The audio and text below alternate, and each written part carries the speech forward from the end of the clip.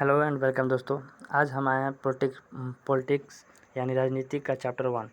क्या राजनीति का चैप्टर 1 लोकतंत्र में सत्ता की सरधारी चैप्टर का टोटल ऑब्जेक्टिव लेकर आए हुए हैं।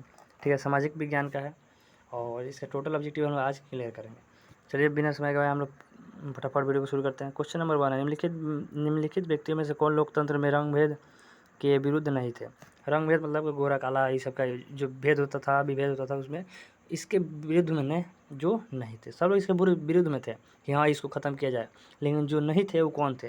King, option a king, Martin Luther या महात्मा गांधी या ओलंपिक धावक टोमी स्मिथ एवं जॉन कार्लोस या जेड गुडी। तो इसका सही जवाब क्या हो जाएगा? ऑप्शन डी जेड गुडी। जेड गुडी जो थे इसके रंग भेद के विरुद्ध में नहीं थे। क्या विरुद्ध में नहीं थे? ठीक है। क्वेश्चन नंबर 2 है, भारत में कहाँ औरतों के लिए आरक्षण की व्यवस्था की गई है?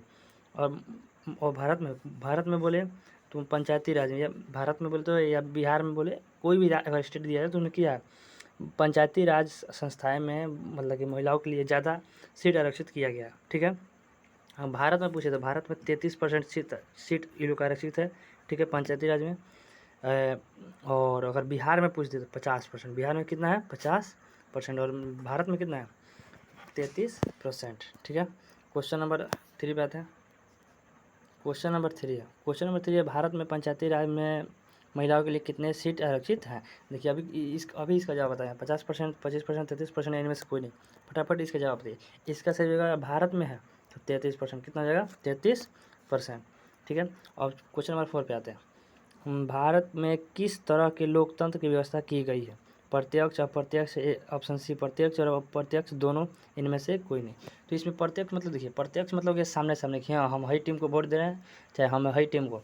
जैसे में आप लोग किसी मान लीजिए मैच हो रहा है, मैच में प्रत्यक्ष रूप से लोग सपोर्ट करते हैं। जैसे मान लीजिए कोई चेन्नई को सपोर्ट कर रहा है, कोई आरसीबी को सपोर्ट कर रहा है, कोई मुंबई को सपोर्ट कर रहा है, उसका टी शर्ट पहन के आप लोग बढ़िया से प्रचार कर सकते हैं, वोट दे सकते हैं। ठीक है।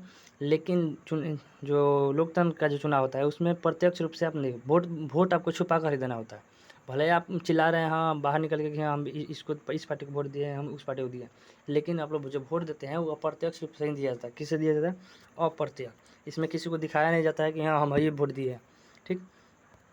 क्वेश्चन नंबर 5 पे ये क्वेश्चन, भारतीय संविधान के बारे में इनमें से कौन सा कथन सही है? यह धर्म के आधार पर भेदभाव की मनाही करता है। यह एक धर्म की राजकीय धर्म बनाता है। सभी लोगों को कोई भी धर्म मनाने की आज़ादी देता है। किसी भी धार्मिक समुदाय में सभी नागरिकों को बराबरी का अधिकार देता है। इसमें अगर देखा जाए तो सभी क्या है? सभी जो कथन सत्य हैं, लेकिन इसमें से अगर बढ़िया से देखा जाए क्या होता है? बढ़िया से अगर देखा जाए तो ऑप्शन ए सही है।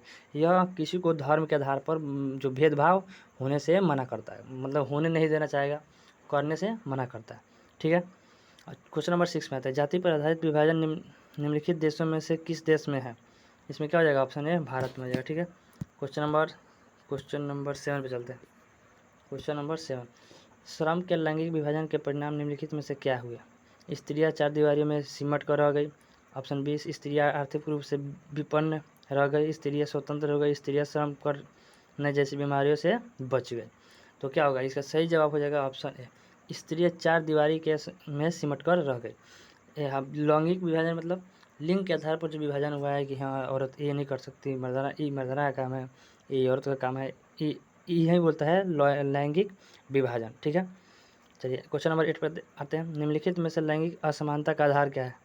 स्त्री पुरुष का जैविक बनावट, दोनों के बारे में प्रचलित रूढ़ छवियाँ एवं सामाजिक भूमिकाएं, दोनों के साक्षरता दर, दोनों के आर्थिक आधार। इसका ऑप्शन सही होगा ऑप्शन बी, दोनों के बारे में प्रचलित रूढ़ छवियाँ एवं सामाजिक भूमिकाएं। दोनों को पहले से ही चलाया गया है कि हाँ मतलब कि ये इसका काम है, वो इसका काम है, ये लेडीज़ लोग कर सकता है, ये जेंट्स लोग कर सकता है। पहले से ही जो प्रचलित है उसी के कारण ही अभी लैंगिक असमानता है। ठीक है। क्वेश्चन नंबर 9 पे चलते हैं फटाक से।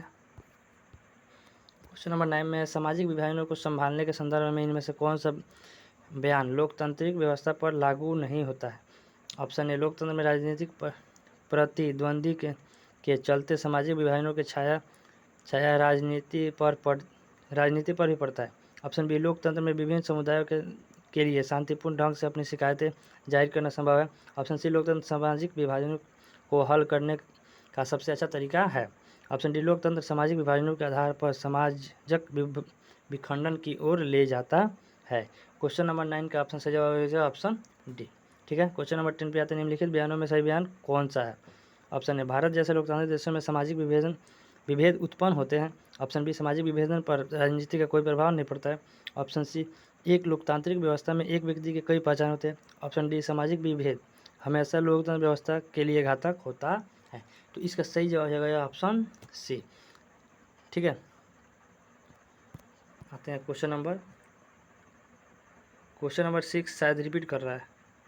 क्वेश्चन नंबर क्या है? जाति पर आधारित। क्वेश्चन नंबर 6, 7, 8, 9 रिपीट कर रहा है। 11 पे है, देखिए, भारतीय संविधान में वर्णित स्वतंत्रता का अधिकार से संबंधित कौन सा कथन सही है? ऑप्शन ए, संविधान के अनुच्छेद 17 में सभी नागरिकों को स्वतंत्रता का अधिकार दिया गया है। ठीक है, ऑप्शन बी में संविधान के अनुच्छेद 19 में देश के सभी नागरिकों को स्वतंत्रता का मूल अधिकार दिया गया है। ऑप्शन सी, संविधान के अनुच्छेद 16 में देश के नागरिकों को स्वतंत्रता का अधिकार दिया गया है। भारतीय संविधान के अनुच्छेद 17 के ग में नागरिकों को स्वतंत्रता का अधिकार दिया गया। तो देखिए, अगर स्वतंत्रता का मूल अधिकार दिया गया है तो वो दिया गया है आपका अनुच्छेद 19 में। ऑप्शन बी सही जवाब हो जाएगा। और अनुच्छेद 19 में जो अपना स्वतंत्रता का मूल अधिकार दिया गया है उसकी संख्या 6 है। कितनी है? 6। ठीक है, इसमें 6 आपका मूल अधिकार है। क्या है? मूल अधिकार है। ठीक है, और इसे हम लोग क्या कहते हैं? संविधान का रीढ़ कहते हैं। क्या कहते हैं? रीढ़। ठीक है, चलिए आइए 12 में देखते हैं, निम्नलिखित में सही कथन कौन है? बड़े लोकतांत्रिक देशों में ही सामाजिक विभेद उत्पन्न होते हैं। ऑप्शन बी, लोकतांत्रिक व्यवस्था में एक व्यक्ति की कई पहचान होती है। इसके पहले ही हम लोग मार चुके हैं ऑप्शन बी। ठीक है, चलिए आगे बढ़ते हैं। 13 नंबर, निम्नलिखित में से किस देश को धार्मिक और जातीय आधार पर विखंडन का सामना करना पड़ा है? पहले करना पड़ा है किसको? बेल्जियम को, भारत को, या